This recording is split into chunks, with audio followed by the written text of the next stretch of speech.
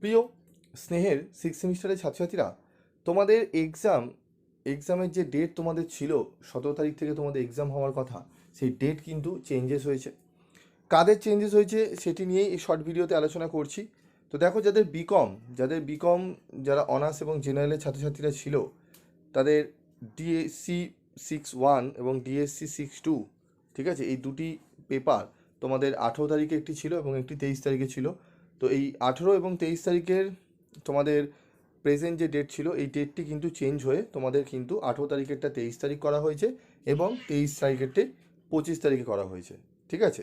এই ডেটটি চেঞ্জ হয়েছে, এটি একদম অরিজিনাল নোটিশ। তোমরা যে নোটিশ দেখবে, এটি একটি একদমই তোমাদের অ্যাকুরেট নোটিশ এবং অরিজিনাল নোটিশ এটি, ঠিক আছে।